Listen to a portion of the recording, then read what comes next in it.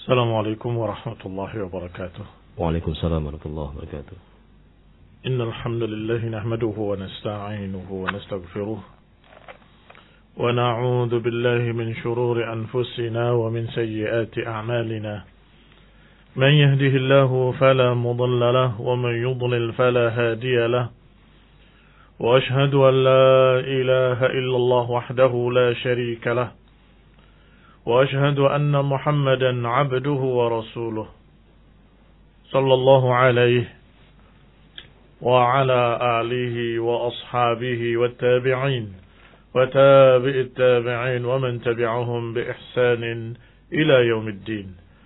وبعد، إخواني في الدين، أعزكم الله kaum muslimin pendengar radio Indah Siar yang kami hormati.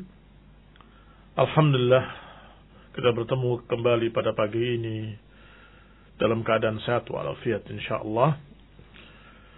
Kita masih membahas faedah-faedah dari hadis yang panjang, yaitu hadis Safwan ibn Assal yang didatangi oleh Zir ibn Hubaish untuk bertanya sebuah ilmu. Dan sudah dibahas sebagiannya. Yang terakhir kita bahas adalah faedah tentang masalah al-mashu alal khuf, mengusap di atas sepatu. Yang berikutnya dari hadis yang sama disebutkan oleh Safwan ibn Assal teguran kepada seorang dari Badui yang menyatakan dengan suara yang keras, memanggil namanya. Kata beliau, "Waihaka atunadi Rasulullah bisautin murtafi'." Celaka engkau. Apakah engkau memanggil Nabi dengan suara yang keras seperti itu? Wallahu azza wa jalla yaqul, padahal Allah Subhanahu wa taala berfirman, "Ya ayyuhalladzina amanu la tarfa'u aswatakum fawqa sautin nabi wa la tajharu lahu bil qawli ka jahri ba'dikum li ba'd an tahbata a'malukum wa antum la tash'urun." Bukankah Allah berfirman, wahai orang-orang yang beriman, jangan keraskan suara kalian di atas suara Nabi, dan jangan kau jaharkan, kau tinggikan suaramu dengan ucapan seperti kalian berbicara antara kalian, sebagian kalian kepada sebagian yang lain. Antahbata a'malukum wa antum la tash'urun. Dikhawatirkan akan gugur amalan-amalan kalian dalam keadaan kalian tidak sadar. Ini faedah berikutnya, yaitu tidak boleh mengeraskan suara di atas suara Nabi sallallahu alaihi wa ala alihi wasallam. Mungkin ada pertanyaan, bukankah kita tidak hidup di zaman Nabi? Artinya kita tidak pernah mengajak bicara Nabi, dan tidak mungkin karena beliau telah wafat sallallahu alaihi wa ala alihi wasallam. Kata para ulama, na'am, memang Rasulullah SAW telah wafat. Tetapi kalau kita mengucapkan kalimat atau pendapat menyelisih pendapat Nabi, bahkan kita kampanyekan, kita dakwahkan, kita utamakan di atas ucapan Nabi, itu juga termasuk yang dilarang dalam ayat ini. La tuqaddimu baina yadayillahi wa rasulihi wattaqullah. La tuqaddimu, jangan mendahului Rasulnya alaihi salatu wassalam. Jangan mendahului Allah dan Rasulnya. Artinya, kalau engkau keraskan suaramu dengan makna engkau angkat suaramu di atas suara Nabi, pendapatmu di atas pendapat Nabi, usulanmu di atas apa yang diajarkan oleh Nabi, maka itu juga kurang ajar. Dan itu juga adab yang jelek kepada Rasulullah sallallahu alaihi wasallam. Bahkan kata Ibnu Qayyim rahimahullah, bal huwa asyad, bahkan itu lebih dahsyat. Kalau suaranya saja keras, lebih tinggi dari Nabi, sudah terancam apa? Antahbata a'malukum wa antum la tash'urun. Bisa jadi akan gugur amalan-amalan kalian dalam keadaan kalian tidak sadar. Itu baru suaranya lebih keras dari Nabi. Maka bagaimana kira-kira kalau pendapatnya diangkat di atas pendapat Nabi? Nabi menyatakan jangan, kamu katakan boleh, tidak mengapa. Atau Nabi menyatakan tidak mengapa, kamu katakan jangan, itu tidak bagus. Padahal Nabi menyatakan tidak mengapa. Ini kekurangan ajaran yang lebih dahsyat. Dan tentunya akan gugur amalan-amalannya. Lebih dahsyat lagi. Kaum muslimin rahimani wa rahimakumullah. Orang tadi A'rabi, Badui. Yang disebutkan oleh Syekh Ibn Utsaimin, makna al-A'rab la ya'rifuna al-adab katsira. Li'annahum ba'iduna 'anil mudun wa ba'iduna 'anil ilm. Orang Badui adalah orang yang tidak mengenal adab-adab dan aturan-aturan di kota karena tempat tinggalnya jauh di gunung atau di tengah padang pasir yang biasa hidup dengan hewan ternaknya, dengan unta dan binatang piaraannya. Ba'iduna 'anil mudun, jauh dari kota. Ba'iduna 'anil ilm, jauh dari ilmu. Sehingga barakallahu fikum faedah berikutnya. Mudah-mudahan kalian mencatat ini faedah keberapa.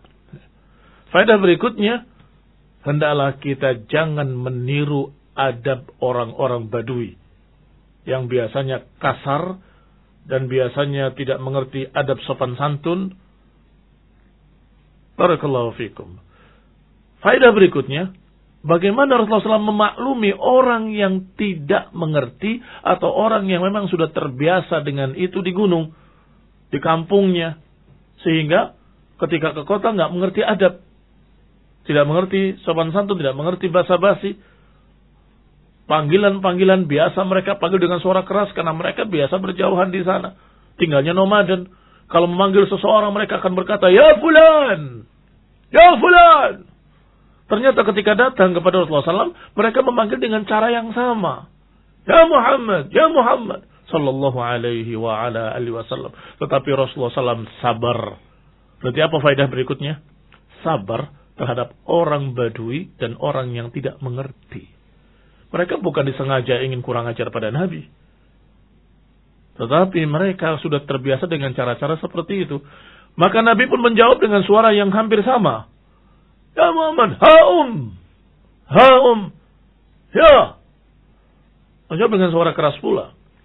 Sallallahu alaihi wa ala alihi wasallam mengimbangi apa yang dilakukan oleh kebiasaan mereka, orang-orang Badui, orang-orang A'rabi. Dan ini juga faedah yang berikutnya.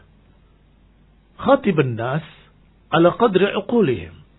Ajak bicara manusia sesuai dengan kadar pemahaman mereka, sesuai dengan kadar akal mereka. Artinya, agar bisa dipaham oleh dia, kita bicara dengan apa yang mereka bisa pahami. Jangan pakai bahasa terlalu tinggi.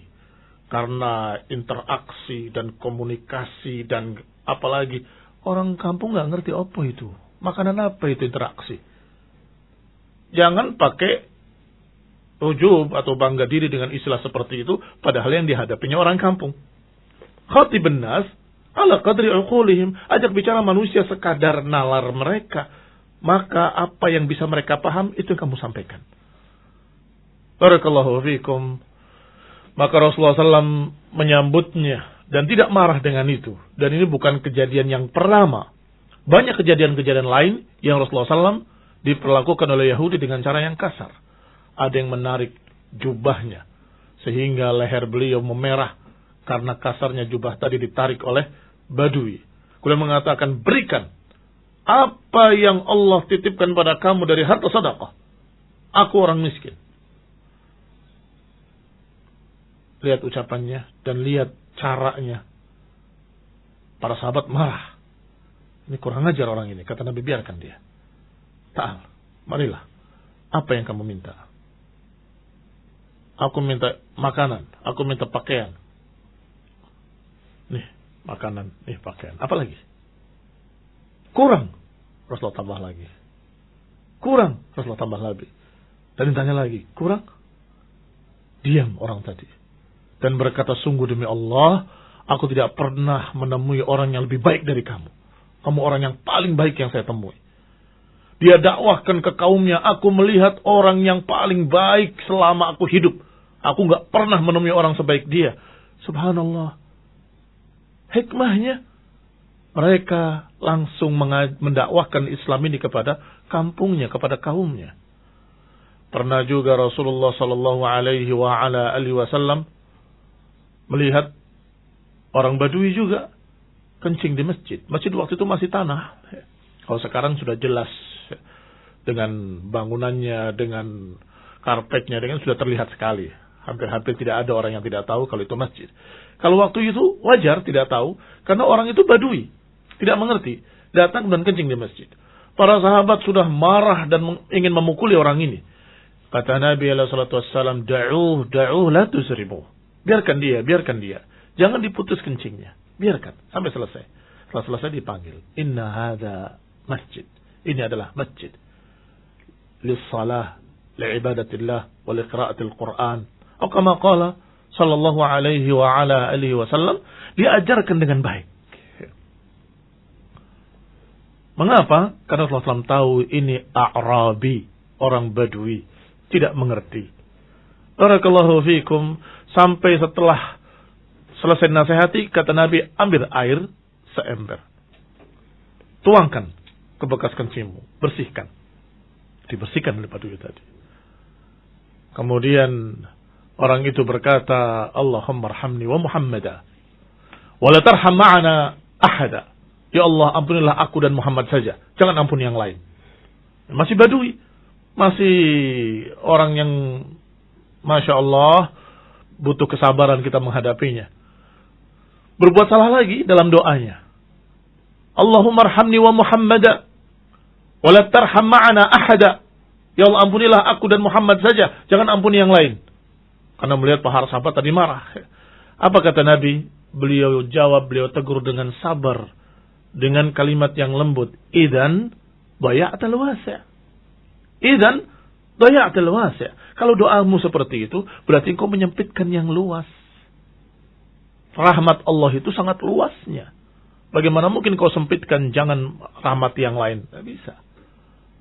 Allah maha luas rahmatnya. Dua kalimat. Idzan daya'tal wasi'. Kalau begitu, engkau menyempitkan yang luas. Artinya doa kamu salah seperti itu.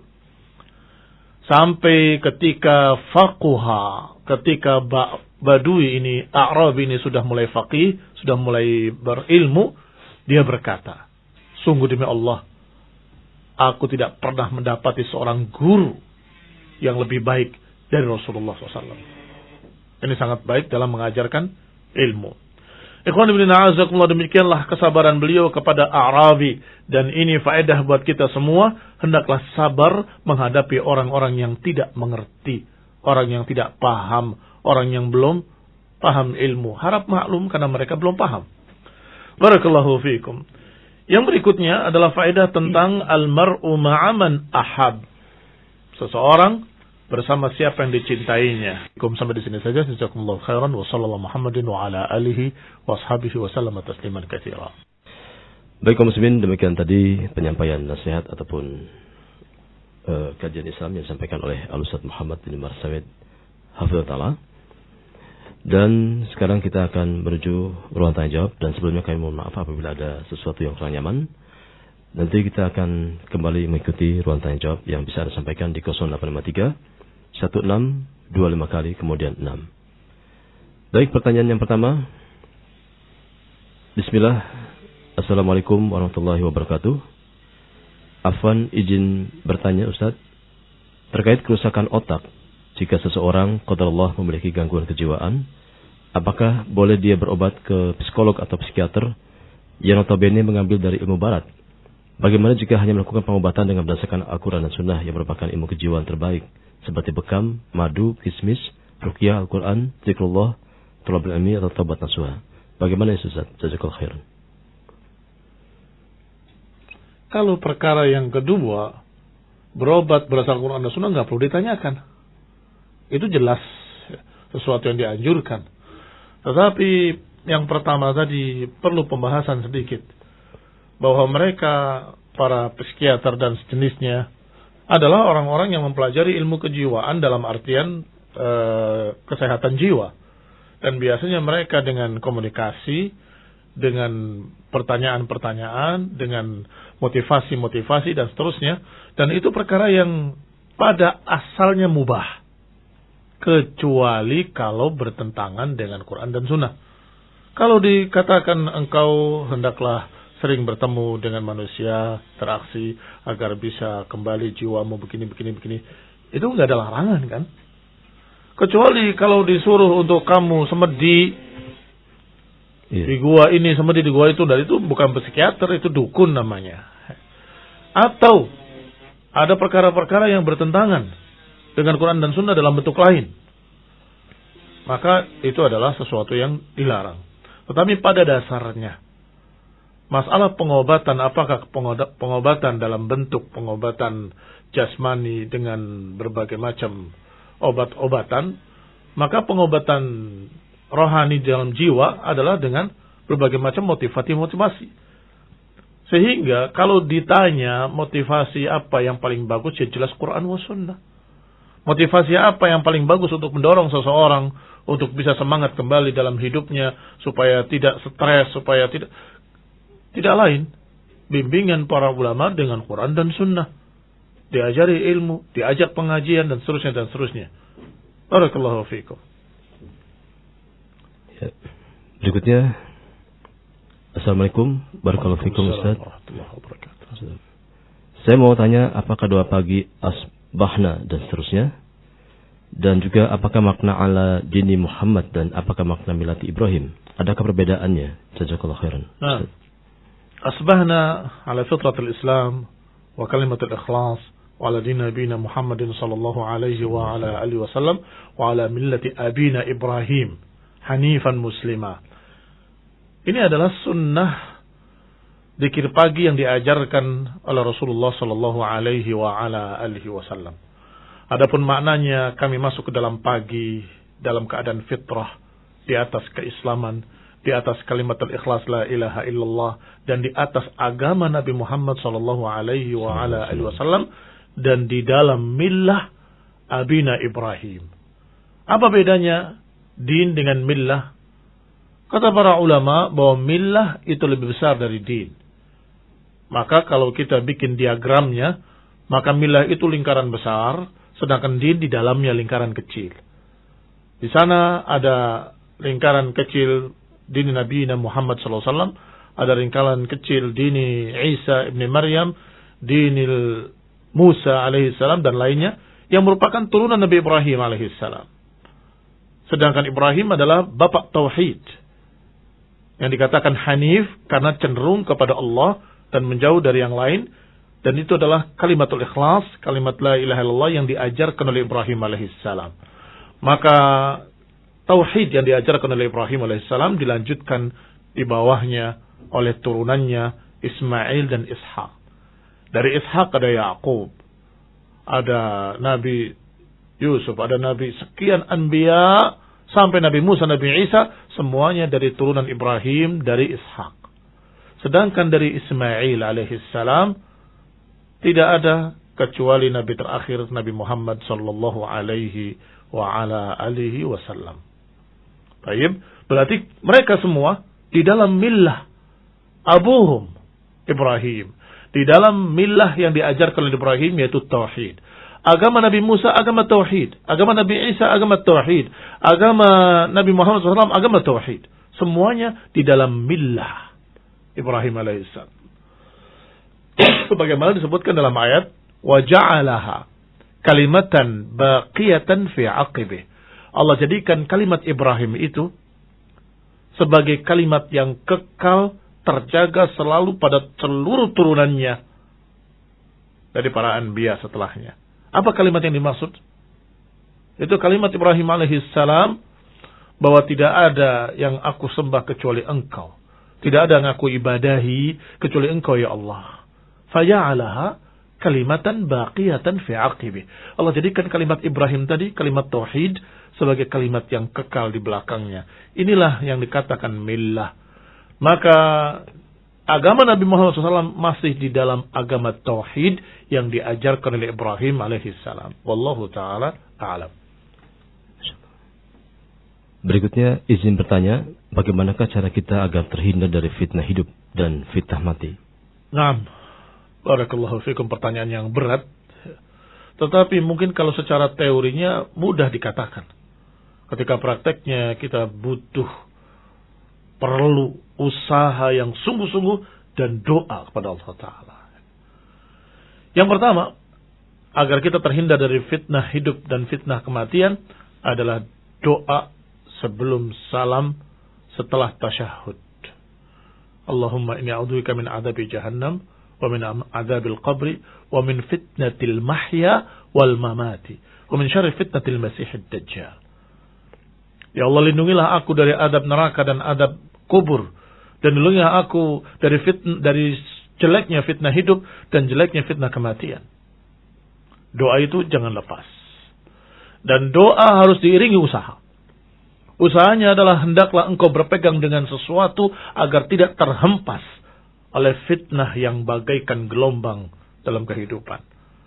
Jadi kalau kita umpamakan fitnah-fitnah itu seperti gelombang, yang selamat adalah yang berpegang dengan sesuatu agar tidak terhempas oleh gelombang tersebut. Kalau gelombang-gelombang fitnah melanda dan kita tidak memiliki pegangan, kita akan terhempas kemana gelombang itu berlalu. Akan berjalan bersama gelombang-gelombang fitnah. Apa yang paling kokoh untuk dipegang? Qala Allah wa qala Rasul. Ucapan Allah dan ucapan Rasul. Berarti jawabannya adalah ilmu. Kalau orang tidak tahu ilmunya, tidak tahu apa ayatnya, apa hadisnya, dia akan terombang-ambing dengan fitnah. Maka dia harus tahu apa kata Allah dalam masalah itu, apa kata Rasul dalam masalah itu. Berarti harus belajar. Naam, tidak ada lain. Kamu harus belajar. Kita semua harus terus belajar, mempelajari ayat-ayat Allah dan tafsirnya, mempelajari hadis-hadis Rasulullah SAW dengan syarah-syarahnya, mempelajari ucapan para salafus saleh tentang ayat dan hadis, agar kita betul-betul kokoh di atas ilmu, di atas keyakinan. Siapa yang akan bimbang terombang-ambing?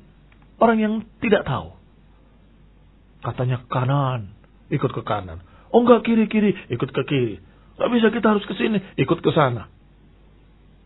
Karena tidak tahu dan karena tidak memiliki keyakinan. Tetapi orang yang memiliki keyakinan ala ilmin, di atas ilmu, dia tahu jalannya sangat jelas ke sana. Maka siapapun yang berkata, mari ke kanan, mari ke kiri, dia akan berkata, tidak. Saya tahu jalan saya dan saya yakin dengan apa yang saya imani. Tidak akan terbawa dengan gelombang fitnah kehidupan ataupun fitnah kematian. Barakallahu fikum.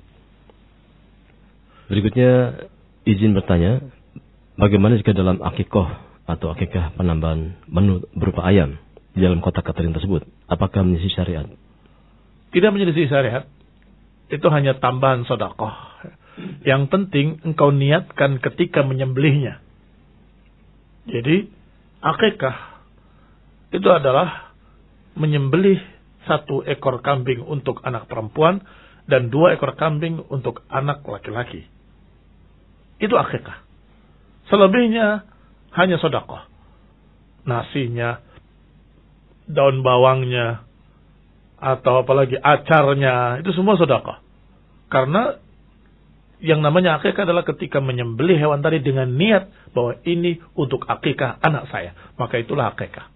Selebihnya hanya kebaikan kalian, kebaikan kita kepada kaum muslimin, kepada ikhwah ahli sunnah, kepada saudara-saudara kita, pada famili, untuk bagi-bagikan daging tadi kepada mereka, atau membagi sekalian dengan berbagai macam makanan-makanan, silahkan. Tapi itu bukan akikah. Yang namanya akikah adalah menyembelih hewan kurban dengan niat itu sebagai akikah anaknya. Wallahu ta'ala a'lam. Kemudian bismillah, Afwan Ustadz mau bertanya tentang hadis, jangan jadikan rumah-rumah kalian seperti kuburan. Apakah dalam juga termasuk, apakah ini dalamnya hanya termasuk membaca Al-Quran dengan mushaf? Ataukah dalamnya termasuk memurja hafalan atau mendengarkan murotal, termasuk juga dalamnya? Jazakumullah khairan. Nah,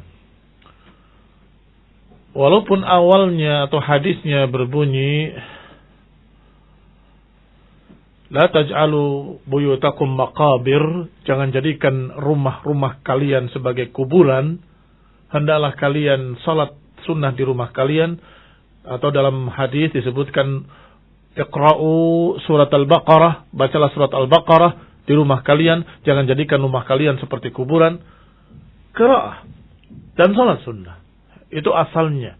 Tetapi tentunya untuk membedakan kuburan dengan rumah, adalah pertama karena dua itu. Yaitu Quran, bacaan Quran, dan salat sunnah. Itu yang langsung nassan sarihan. Dan tentunya termasuk membedakan adalah dengan ibadah apapun di dalamnya. Di dalam rumah. Karena masjid adalah tempat ibadah, kuburan bukan tempat ibadah.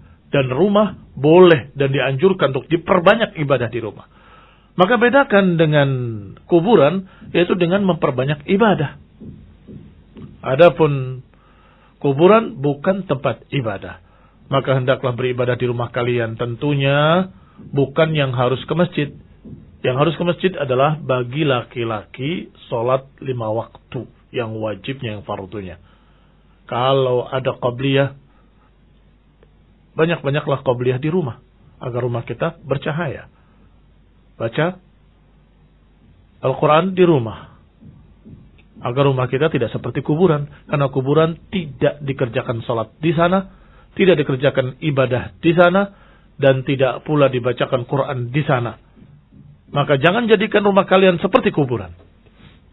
Ramaikanlah rumah kalian dengan salat dan qiraatul Quran. Dan secara umum diramaikan dengan ibadah-ibadah. Talabul ilmi ibadah. Menghafalkan Al-Quran ibadah. Menghafalkan hadis ibadah. Mempelajari ilmu ibadah. Kerjakan PR ibadah. PR maksudnya PR. Pekerjaan rumahnya anak-anak. Dalam masalah tauhid. Dalam masalah tajwid. Dalam masalah. Itu juga ibadah. Mengajarkan anak-anak juga ibadah.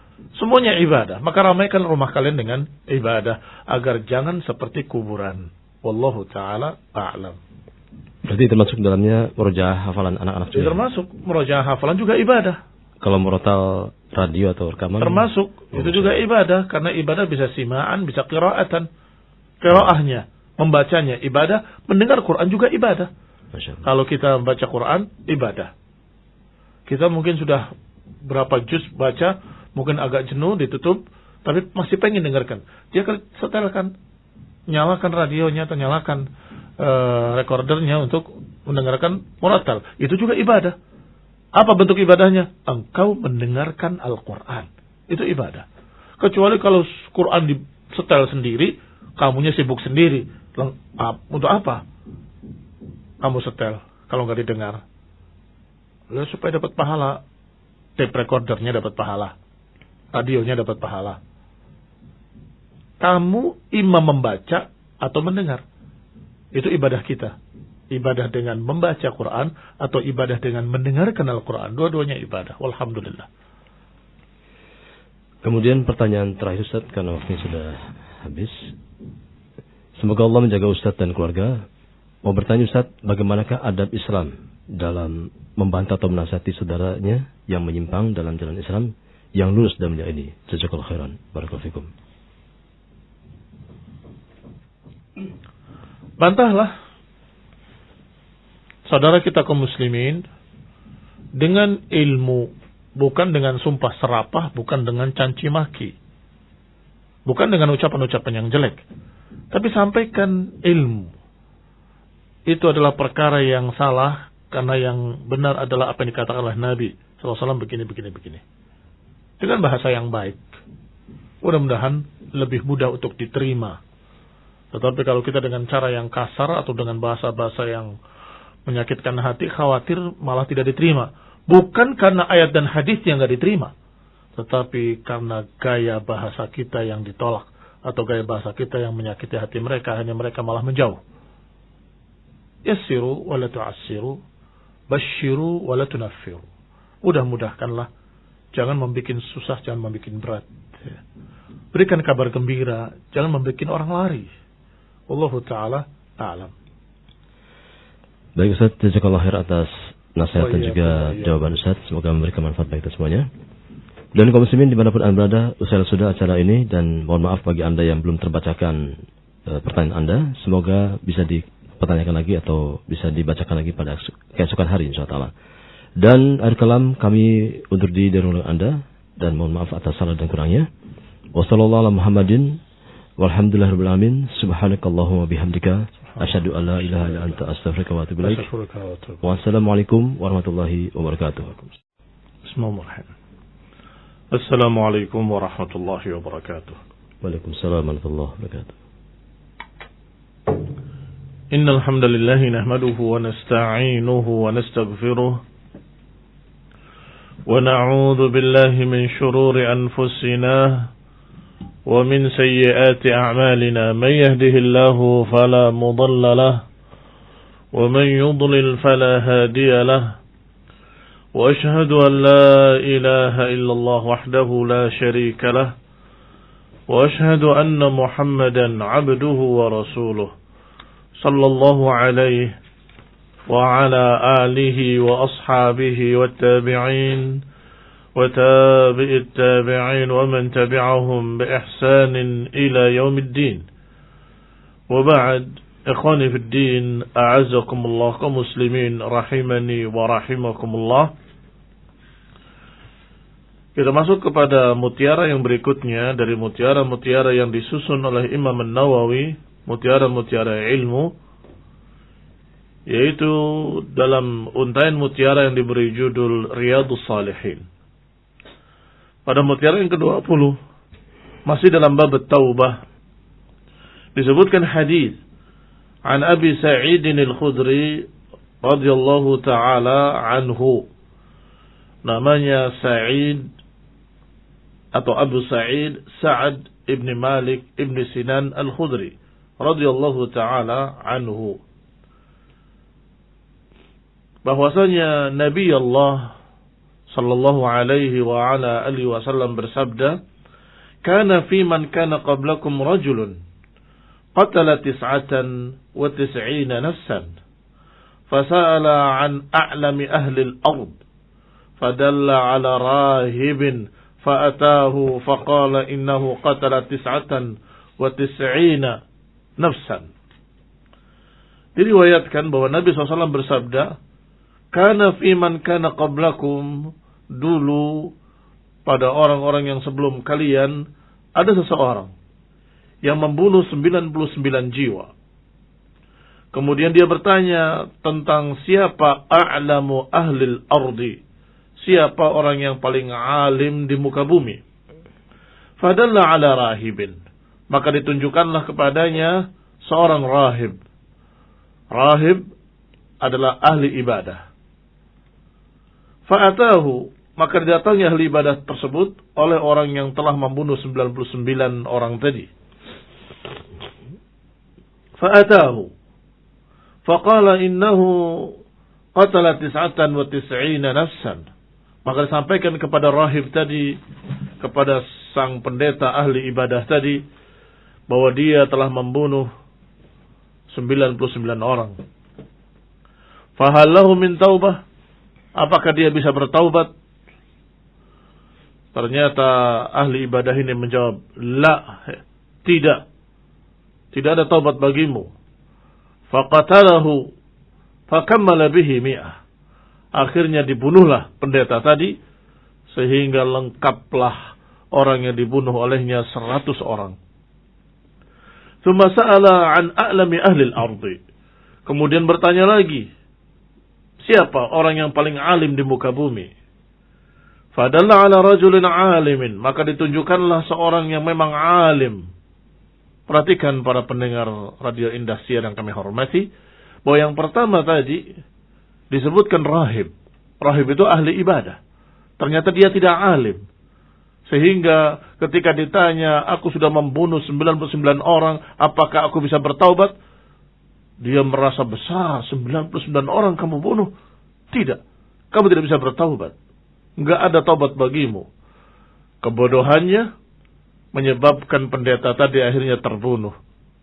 Karena orang yang telah membunuh 99 tadi mendengar tidak ada taubat, maka dia jengkel dan dia bunuh pula rahibnya.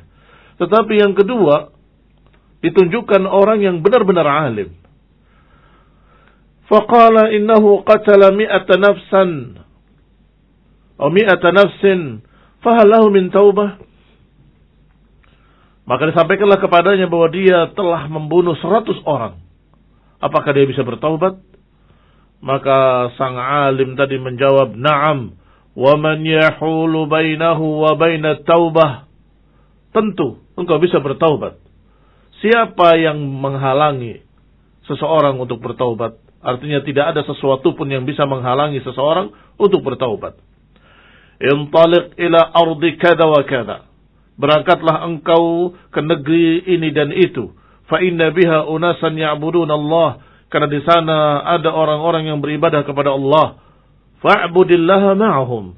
Maka beribadahlah bersama mereka di sana.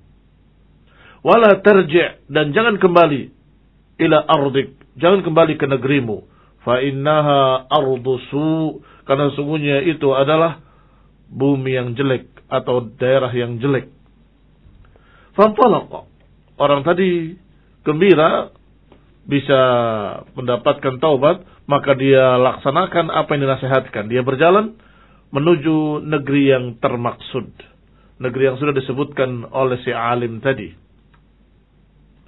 Fantalaqa hatta idza nasafat tariq. Berjalanlah dia sampai di tengah perjalanan. Atahul maut. Tiba-tiba datang waktu kematiannya. Faqtasamat fihi malaikatur rahmah wa malaikatul azab. Maka bertikailah malaikatul rahmah dengan malaikatul azab. Malaikatul rahmah adalah malaikat yang mencabut nyawanya seorang mukmin, akan dicabut dengan lembut sebagaimana diriwayatkan, akan dipanggil dengan panggilan yang baik, ya ayyatuhan nafsul mutmainnah irji'i ila rabbiki radiyatan mardiyah. Sedangkan malaikatul azab adalah yang mencabut nyawa orang-orang kafir atau orang-orang yang jelek dan akan dipaksa untuk keluar nyawanya dari jasadnya dan akan dipukul punggungnya dan juga akan dipukul wajah-wajahnya. Kadribuna wujuhahum adharahum. Barakallahu fiikum. Malaikat tadi melihat yang satu ini sudah mau bertaubat, maka bagianku, kata malaikatur rahmah. Ini orang yang berjalan menuju taubat. Sedangkan malaikatul adab mengatakan, tapi orang ini belum pernah berbuat kebaikan sama sekali. Ikhwani fillah azakumullah. Disebutkan dalam riwayat ini, qalat malaikatur rahmah, berkata malaikat-malaikat rahmat ini, ja'ata iban muqbilan biqalbihi ilallah ta'ala. Orang ini datang dalam keadaan bertaubat dan menuju taubat kepada Allah subhanahu wa ta'ala. Wa qalat malaikatul adab, sedangkan malaikatul adab berkata, innahu lam ya'mal khairan qat. Sesungguhnya dia belum pernah beramal kebaikan sedikit pun. Baru akan. Fa'atahum malakun fi surati adamiyyin. Maka datanglah malaikat yang ketiga dalam bentuk manusia. Faja'aluhu bainahum ay hakaman. Dijadikanlah dia sebagai hakim yang mengadili keduanya atau yang menyelesaikan urusan keduanya.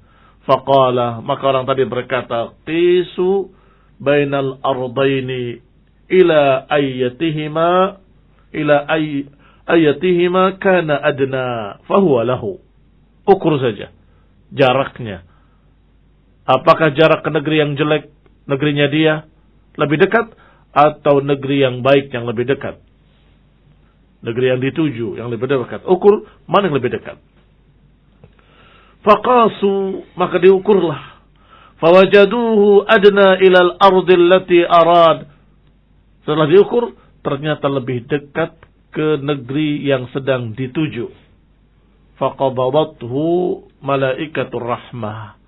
Maka dicabutlah nyawanya oleh malaikat rahmat. Dengan rahmat. Ikhwan ibn a'azakumullah. Kaum muslimin rahimani wa rahimakumullah. Di dalam lafaz lain yang juga fi sahih, kana ilal qaryatis salihati aqrab bi shibrin. Bahwasanya dia lebih dekat ke negeri yang dituju hanya satu jengkal. Lebih dekatnya, perbedaannya hanya satu jengkal saja. Faju'ila min ahliha, maka dia dijadikan sebagai penduduk negeri yang baik tadi, yaitu orang-orang yang beribadah kepada Allah. Wa fi riwayatin fi sahih, dan juga dalam lafaz lain, dalam riwayat lain yang juga sahih, disebutkan fa auhallahu ta'ala ila hadhihi an taba'adi wa ila hadhihi an taqarrabi. Dalam riwayat ini disebutkan bahwa Allah Subhanahu wa taala berfirman, memberikan wahyunya kepada yang ini, kepada jarak yang menuju atau jarak yang ke arah tempat yang jelek, Allah katakan taba'adi, menjauhlah. Kemudian Allah katakan kepada jarak ke negeri yang baik, taqarrabi, mendekatlah. Di dalam riwayat, Allah kerutkan, Allah pendekkan jalan menuju tempat yang baik. Sedangkan jalan yang dari tempat yang jelek, Allah katakan taba'adi, menjauhlah. Allah menyambut, menerima, dan Allah yang menakdirkan agar orang ini benar-benar orang yang diterima taubatnya. Allah Subhanahu wa taala membuka pintu taubat dan selalu membuka pintu taubat, dan Allah memudahkan dan Allah mendukung. Allah berikan taufik siapa yang ingin untuk bertaubat. Wa qala qisu ma bainahuma. Setelah Allah katakan menjauhlah negeri yang jelek, mendekatlah negeri yang baik, kemudian Allah katakan ukurlah. Maka ketika diukur, fawajaduhu ila hadihi aqrab bishibrin, maka didapati lebih dekat kepada negeri yang baik 1 jengkal. Faghufira lahu, maka diampuni dosa-dosanya oleh Allah dan dicabut oleh malaikatur rahmah dengan cara yang rahmah. Wa fi riwayah, dan dalam riwayat lain juga, fana'a bisadrihi nahwaha, artinya dia betul-betul di tengah-tengah antara negeri yang baik dan negeri yang jelek.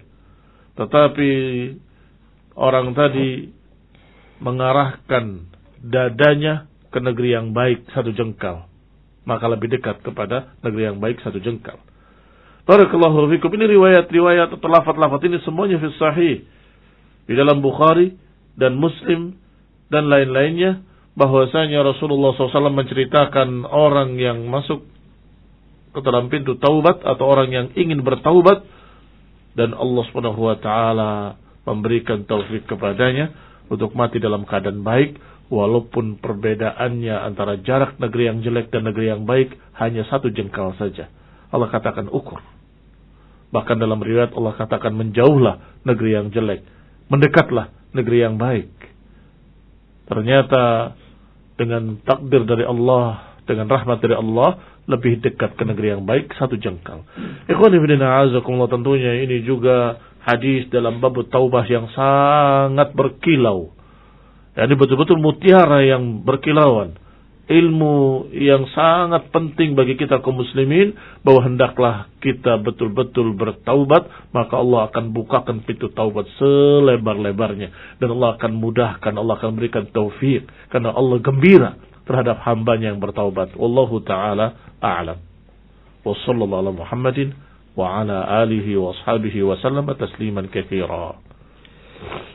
Jazakallahu khair kepada Ustaz Muhammad yang telah menyampaikan bimbingan Islam dan juga nasihat yang penting.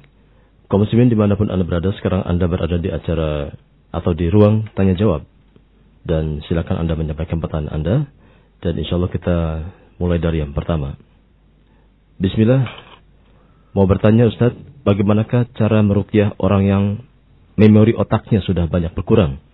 Karena dahulu orang ini adalah dukun dan sekarang sakit sudah belasan tahun tidak kunjung sembuh-sembuh. Bagaikan terombang-ambing dalam sakit yang tak kunjung akhir. Disinyalir masih ada pengaruh dari jin-jin jahat dan khodam-khodam yang dahulu ada dalam dirinya. Bagaimana cara meruqyahnya Ustaz? Barakallahu fikum, jazakallahu khairan. Cara meruqyah ya dengan membacakan ayat-ayat ruqyah. Barakallahu fikum. Apakah dia dukun ataupun orang yang didukuni, apakah dia tukang santet, apakah dia disantet, namanya ruqyah adalah membacakan padanya ayat-ayat Al-Quran. Baca ayat kursi, membaca ayat-ayat seperti Mu'awwidatain, Al-Ikhlas, membacakan surat Al-Baqarah agar bersih rumahnya dari setan-setan dan jin-jin. Barakallahu fikum, jin-jin jahat yang saya maksud. Maka hendaklah dibacakan ayat-ayat ruqyah. Mungkin kalau perlu sebagai tambahan agar dia betul-betul bersih dari kejelekannya yang lama, ya dia harus memiliki niat untuk taubat. Sehingga ada pula nasihat padanya. Ruqyah berjalan, nasihat juga berjalan. Kamu harus bertaubat. Kamu minta ampun pada Allah. Kamu sehingga pengobatan tadi dari dalam dan dari luar. Kata Ibnu Qayyim rahimahullah bahwa Quran itu syifa. Itu sudah pasti. Tapi kata Ibnu Qayyim rahimahullah, yang namanya penyembuh atau obat ini tentunya kadang-kadang ada orang yang tidak cocok dengan obat tersebut. Obatnya manjur, obatnya mujarab. Tapi orang itu punya alergi. Ini secara makna saya sampaikan. Ya malah tambah sakit. Demikian pula kalau Quran ini sudah pasti bahwa dia adalah manjur dan memang syifaun, penyembuh, Masya Allah, dengan izin Allah, dan itu adalah memang kalamullah, ucapan Allah. Tetapi kalau orangnya tidak cocok dengan Quran, alergi dengan Quran, alias kafir, musyrik, atau orang yang tidak percaya dengan Quran, nah kamu ngapain sih kumat kamit baca Quran di situ? Saya nggak percaya sedikit pun. Ya percuma. Kamu bacakan ruqyah sebanyak-banyaknya, orang itu alergi dengan obat ini, dengan obat Quran ini. Ada kekufuran di dalam perutnya, dalam dadanya, di dalam dirinya. Ada bulu babi di dalam dadanya. Artinya ada sesuatu yang jelek dalam dirinya. Bagaimana mungkin dia bisa menerima obat dalam bentuk Quran? Sehingga kamu bacakan Quran tadi sebagai ruqyah dan kamu berikan nasihat dia agar segera bertaubat. Kalau orang itu betul-betul ingin bertaubat, ya saya ingin bertaubat, gimana saya harus bertaubat? Minta ampun pada Allah Ta'ala. Karena syirik sebesar apapun, kekufuran sebesar apapun, kalau orang mau bertaubat, maka dia akan diterima taubatnya. Bedakan dua ayat. Nggak apa-apa, agak panjang sedikit ya. Ayat pertama adalah ayat Allah, innallaha la yaghfiru an yushraka bihi wa yaghfiru ma duna dzalika liman yasha. Allah enggak akan mengampuni dosa syirik dan Allah akan mengampuni dosa yang lainnya sekehendak Allah. Ini adalah ayat tentang orang yang mati membawa dosa syirik, maka enggak akan diampuni. Tetapi kalau orang mau taubat, ayatnya Allah berfirman, ya ibadiyalladzina asrafu ala anfusihim la taqnatu min rahmatillah innallaha yaghfiru dzunuba jami'an. Kata Allah Subhanahu wa taala, wahai hamba-hambaku yang melampaui batas, jangan putus asa dari rahmat Allah. Innallaha yaghfiru dzunuba jami'an. Sesungguhnya Allah akan mengampuni seluruh dosa. Apakah dikecualikan? Tidak dikecualikan.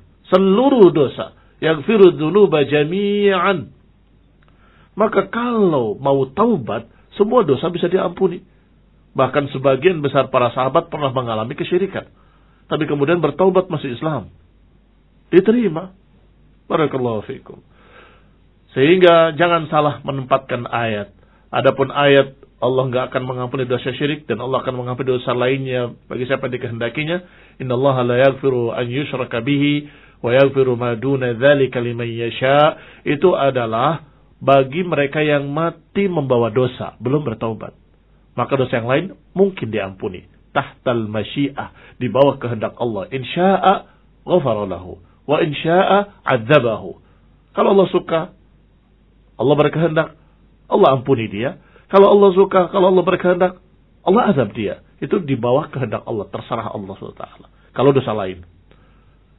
Wa yaghfiru ma duna dzalika liman yasha, Allah akan mengampuni siapa yang Allah kehendaki. Tetapi kalau syirik, tidak akan diampuni orang yang mati membawa syirik. Tetapi kalau di dunia mau bertaubat, maka enggak ada dosa apapun yang tidak bisa diterima atau yang tidak bisa diampuni. Semua bisa diampuni. Kalau mau bertaubat, maka ajari dia untuk bertaubat. Setelah dia mau bertaubat, ajarkan kepadanya untuk membaca ayat-ayat Al-Quran juga. Di samping kamu membacakan ruqyah, nanti setelah itu dia sendiri membaca, berusaha. Kalau dia masih dikuasai syaitannya, jinnya, nggak bisa membaca, maka kamu ruqyah lagi sampai dia bisa membaca sendiri. Baik. Yang ketiga, kalau dia punya jimat-jimat, maka kumpulkan jimat-jimatnya, bakar, dan kemudian buang ke air. Ke sungai misalnya, atau ke dalam air, kemana saja, ke kolam, sungai, atau kemana. Demikian yang dianjurkan oleh para ulama. Bakar dan buang ke air. Itu yang ketiga. Ada yang keempat, ada. Kalau dia memiliki buhul-buhul, sejenis jimat sungguhnya, tetapi dia akan masukkan mantranya ke dalam satu simpulan-simpulan, yang biasanya simpulan itu dikubur atau disimpan di tempat yang tersembunyi. Tanyakan padanya, kamu punya yang demikian? Maka itu pun diambil, digali, dan kemudian dibakar juga. Barakallahu fiikum. Ala kulli hal, itu mungkin masuk yang ketiga juga, mirip. Ambil jimat-jimatnya, semua buhul-buhulnya, dan dibakar semuanya. Dan ingatkan dia untuk jangan mengulanginya kembali. Sedikit pun, karena satu pintu dibuka, maka akan terbuka pintu-pintu lainnya. Na'udzubillah min dzalik. Wallahu ta'ala alam. Nah, jazakallahu Ustaz. Berikutnya, bismillah, semoga Ustaz dalam lindungan Allah Ta'ala. Amin. Amin. Ingin bertanya Ustaz, ketika kita junub pada pagi hari, kemudian kita berniat nanti kalau mau sholat zuhur, mandi wajib. Kemudian sebelum sholat kita mandi, tapi seperti biasa, tanpa ada niat mandi wajib. Setelah sholat kita teringat tidak berniat mandi junub. Apakah niat kita pertama tadi bisa menjadi niat mandi wajib? Jazakallahu khairan. Kalau dia niatkan sebagai mandi wajib, maka itu adalah mandi wajib. Tetapi kalau dia lupa tidak meniatkan mandi wajib, dia harus ulangi kembali mandinya dan niatkan sebagai junub, walaupun tidak seperti yang tadi. Maksudnya tadi kan biasanya bersih sekali pakai sabun segala macam. Untuk mengulanginya cukup dengan basahi rambut, ujung rambut sampai ujung kaki, basah semua dengan niat junub, sudah selesai, sudah sah. Barakallahu fikum. Karena innamal a'malu binniyat.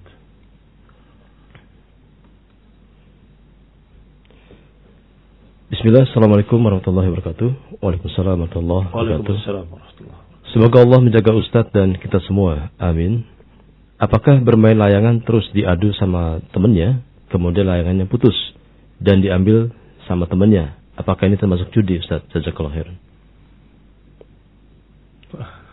Adu layangan. Iya, yang kalah dikasih. Pertanyaannya paham. Tetapi biasanya gini tuh anak-anak gitu. Iya. Iya. Bukan orang dewasa. Seperti main gambar, Ustaz, yang kalah diambil gambarnya. Barakallahu fikum. Mungkin gak seru ya kalau main layang-layang gak diadu ya. Iya. Main layang biasa aja begitu, pakai apa? Ada ekornya di belakangnya, indah gitu. Itu gak seru.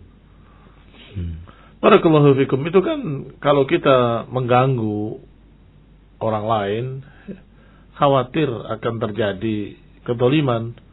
Orang saya ingin main layang-layang tidak pengen diadu, tiba-tiba disikat oleh yang lainnya, putus. Kan itu ada unsur kedoliman di situ. Kecuali kalau memang dia memang berniat, ayo kita adu, ya silahkan. Bagaimana kalau diadu tadi yang menang yang dapat? Barakallahu fikum. Ini tidak termasuk permainan yang dianjurkan. Permainan yang dianjurkan adalah permainan gulat, silat dan sejenisnya, bela diri, atau permainan memanah, atau permainan berenang. 3 permainan ini dianjurkan oleh Nabi karena membantu dalam perjuangan jihad fisabilillah. Tetapi kalau layang-layang, apakah bisa kamu berperang dengan layang-layang? Sehingga itu adalah lagun, satu kesia-siaan saja. Makanya saya anggap itu permainan anak kecil.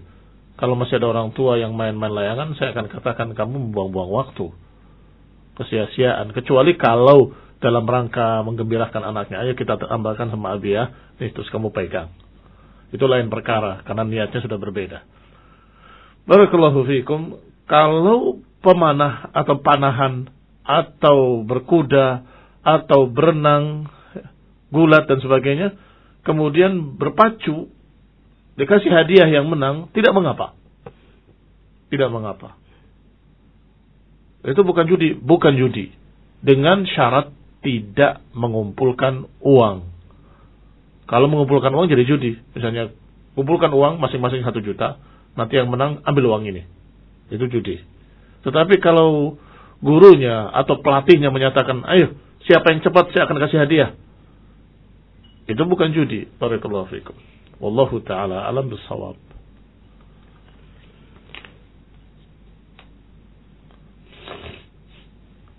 Kemudian Bismillah, Barakallahu fikum Ustaz. Afwan Ustaz mau bertanya, apakah orang yang menyelisih sunnah sama dosanya dengan orang yang menyelisih tauhid Ustaz? Jazakallahu khairan. Orang yang menyelisih sunnah sama dosanya dengan menyelisih tauhid. Ya enggak sama lah. Tergantung menyelisih sunnah yang mana. Kalau menyelisih sunnah dengan sengaja-sengaja menyatakan saya tidak suka sunnah, ya sama dengan menyelisih tauhid, karena sama-sama kufurnya. Seperti para pengingkar-pengingkar sunnah, walaupun mereka menamakan dirinya Qur'aniyun, golongan Qur'an, ternyata mereka ini benar-benar pengingkar sunnah dan mengatakan cukup dengan Qur'an saja, nggak perlu hadis, nggak perlu sunnah. Maka ini hukumnya kafir. Atau hukumnya sama dengan orang yang menyelisihi masalah akidah. Karena akidah yang lurus adalah beriman kepada Allah dan beriman kepada Rasulnya, berpegang dengan Quran dan berpegang dengan sunnah. Sehingga ketika dia menentang yang salah satunya, maka dia berarti orang yang menyelisihi akidah. Barakallahu fikum. Berikutnya, bismillah, semoga Allah selalu menjaga Ustaz. Maaf mau bertanya Ustaz, saya punya teman dan suaminya sudah beristri. Suaminya ada anak dari istri yang pertama. Dan bagaimanakah menunaikan hak anaknya yang diasuh keluarga perempuan? Selama ini ia pergi ke rumah mantan istrinya untuk menemui anaknya di sana. Bagaimana? Mohon nasihatnya Ustaz. Jazakallahu khairan.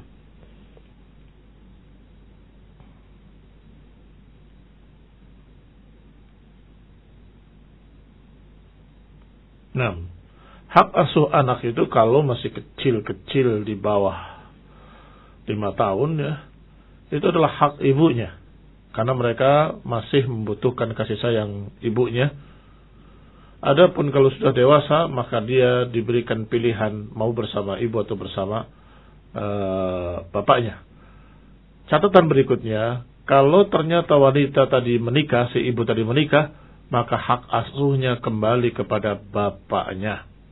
Itu masalah hak asuh. Adapun hak mereka, anak-anak tadi, karena dia tetap sebagai anaknya si bapak, maka hendaklah dia memberikan hak-haknya selama dia masih bayi atau masih balita. Maka si bapak ini memberikan kebutuhan-kebutuhan si anak tadi, misalnya susunya dan sejenisnya.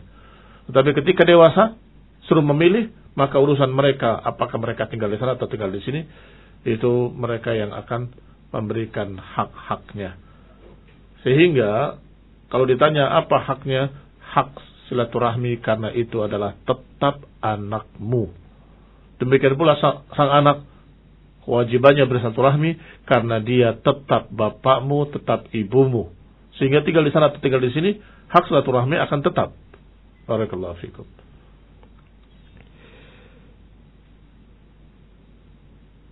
Kemudian Bismillahirrahmanirrahim. Afan izin bertanya di luar tema. Bolehkah kita ucapkan amin ketika membaca surat Al-Fatihah di luar salat? Jazakumullahu khairan Ustaz. Barakallahu fikum. Tidak mengapa, karena itu adalah bacaan doa. Sehingga tidak mengapa untuk diaminkan walaupun di luar salat. Barakallahu fikum.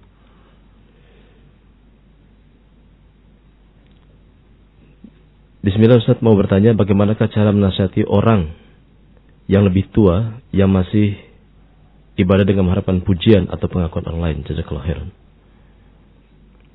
Nah, kalau merasa tidak pantas menasihati orang lebih tua, mungkin takut tersinggung dan sebagainya, bisa dengan buku atau dengan rekaman atau dengan berbagai macam cara-cara yang lain. Barakallahu fikum.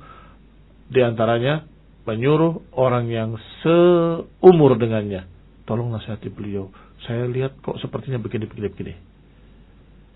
Baik, itu pun kalau memang kamu yakin orang ini mengharapkan pujian. Padahal itu adalah perkara hati. Kamu tidak tahu hatinya. Mungkin sepertinya kayak mengharap pujian, padahal hatinya tidak begitu, kamu tidak tahu. Sehingga di samping engkau memberikan nasihat dengan tulisan, dengan rekaman dan sebagainya, dan menyuruh seorang yang bisa menasihatinya agar dia semakin ikhlas, juga doakan dengan doa-doa yang baik. Mudah-mudahan orang ini semakin ikhlas. Mudah-mudahan aku dan beliau dan semua kami ini diberi keikhlasan. Barakallahu fikum. Kemudian ketika haji tamattu, apakah membeli dan memotong kambingnya harus di tanah suci ataukah boleh di tanah air atau di Indonesia? Kalau ketika haji maka harus di sana, di tanah haram. Barakallahu fikum. Kemudian terakhir Ustaz, bismillah, semoga Allah menjaga Ustaz. Amin wa iyyakum. Mohon bertanya, bolehkah akad nikah tidak menyebutkan binti atau binti fulan, hanya nama anaknya saja? Jazakumullah khairan. Sebagian ulama menyatakan tidak boleh. Karena nama Fatimah banyak. Ini Fatimah yang mana yang kamu sebutkan tadi dalam akad? Harus sebutkan kalau itu adalah Aisyah atau Khadijah, kamu sebutkan binti man, anak siapa? Kecuali kalau diawali dengan kalimat anakku Khadijah, anakku fulanah, tidak mengapa. Barakallahu fikum. Artinya sudah jelas, walaupun tidak disebut bintinya, tapi sudah jelas dengan kalimat anakku. Masya Allah. Jazakallah Ustaz atas jawaban Ustaz, dan semoga ini memberikan manfaat bagi kita semuanya, dan semoga akan menjadikan kita orang-orang yang senantiasa bertobat kepada Allah Subhanahu wa taala. Baik kaum muslimin, terima kasih atas kebersamaan Anda dan juga atas pertanyaan Anda. Semoga akan memberikan manfaat juga, bukan hanya bagi Anda, juga bagi kaum muslimin. Dan kami mohon maaf atas salah dan kurangnya. Semoga pertanyaan yang belum terjawabkan, semoga akan bisa kembali Anda layangkan pada kesempatan esok, dan insya Allah akan kami jawab sebisanya atau yang sesuai dengan waktu yang ada. Jazakallahu khairan katsira wa sallallahu ala Muhammadin subhanakallahumma bihamdika asyhadu an la ilaha illa anta astaghfiruka wa atubu ilaik. Wassalamualaikum warahmatullahi wabarakatuh.